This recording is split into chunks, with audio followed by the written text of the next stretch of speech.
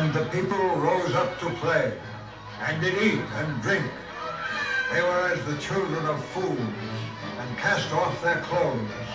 The wicked were like a troubled sea, whose waters cast up mire and dirt.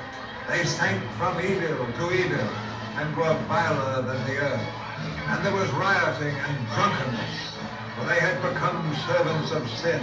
And there was manifest all manner of ungodliness and works of the flesh, even adultery and lasciviousness, uncleanness, idolatry and rioting, vanity and wrath. And they were filled with iniquity and vile affections.